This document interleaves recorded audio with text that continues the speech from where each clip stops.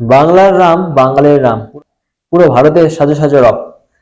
ইক্ষ্বাকু বংশের মহারাজা অজর প্রপত্রের রাজ্যাভিষেক হবে। পুরো শহর রাজপ্রাসাদ আলোতে সাজানো। ছেলেটিও মানসিকভাবে প্রস্তুত রাজ সিংহাসনে আরোহণ করার জন্য।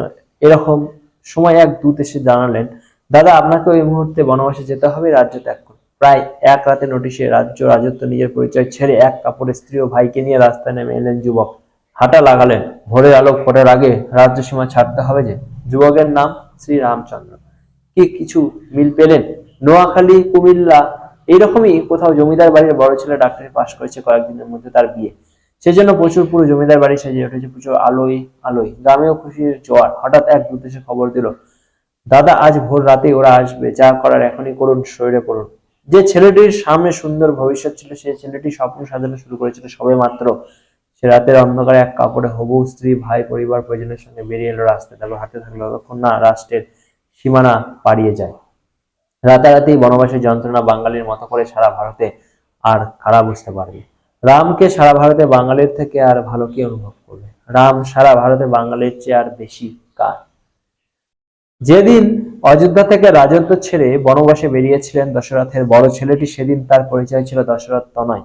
বনবাসে এসে প্রতিপদে তাকে লড়াই করতে হয়েছিল এক মুঠো খাবারের জন্য, স্ত্রীকে রক্ষা করার জন্য। কখনো পরস্ত্রী এসে প্রলোভন দিয়েছে বিপদগামী হওয়ার, কখনো কুচক্রীরা এসে হরণ করেছে স্ত্রীকে।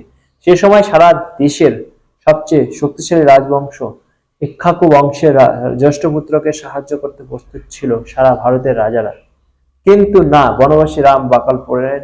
জল কাদা জঙ্গলে কাঁচা বাড়ি বানিয়ে থেকেছেন। বনের উপজাতিদের সঙ্গে নিয়ে আন্দোলন গড়ে তুলেছেন ব্রাহ্মণ্যবাদী ব্রাহ্মণের বিরুদ্ধে। আদিবাসী শবরীর এটকুল খেয়ে জাতিবাদের বিরুদ্ধে খড়গ ধরেছেন।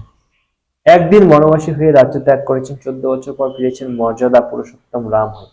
ঠিক যেন মরিচঝাপি কিংবা উড়িষ্যার জঙ্গল, জল কাদার খড় বাসের ঘরে আশ্রয় নিয়ে লড়াই করে নিজেকে প্রতিষ্ঠিত করা কোনো বাঙালি ছেলে। রাম তো শুরু থেকেই বাঙালি জীবনের অংশ। রামের লড়াইকে তো বাড়াবাই পাথই করেছে বাংলা। মহাপরাক্রমশালী রাবণ, যার বিরুদ্ধে সে সময় সারা ভারতে অস্ত্র ধরতেও ভয় পেত, সেই রাবণের বিরুদ্ধে সশস্ত্র আন্দোলন করার পর বিভীষণ যখন সোনার লঙ্কাতে কিছুদিন কাটানোর কথা বলেন, তখন শান্ত অথচ দৃঢ় গলায় শ্রীরাম বলেন, জননী জন্মভূমিশ্চ স্বর্গাদপি গড়িয়েছি। এ যেন দেশ থেকে হাজারো কিলোমিটার দূরে গিয়ে দুর্দান্ত প্রতাপ ইংরেজদের বিরুদ্ধে যুদ্ধ ঘোষণা করা হিটলারের পাশে বসে জানিয়ে আসা, যা করেছি দেশের জন্য, যা করেছি জন্মভূমির জন্য। এ যেন নোবেল পেয়ে দেশে ফিরে এসে শান্তিনিকেতনে গড়ে তোলা রবীন্দ্রনাথ ঠাকুর কিংবা শিকাগো জিতে ফিরে আসা স্বামী বিবেকানন্দের জীবনশৈলী। জন্মভূমির চেয়ে বড় আর কি? এইভাবেই তো রামের জীবনশৈলী বরাবর সাধারণ হিন্দু বাঙালির জীবন জুড়ে প্রবাহিত হয়েছে।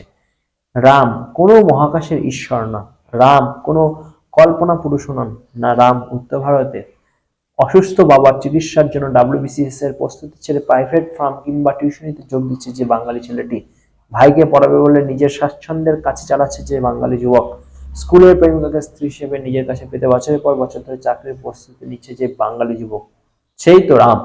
রাম আলাদা কোনো গ্রহান্তরের মানুষ নন। রাম এক ভারতীয় আদর্শ, যা প্রতিটি ভারতীয়র মধ্যে বাঙালি সমাজ জীবনযাপনে মিশে রয়েছে।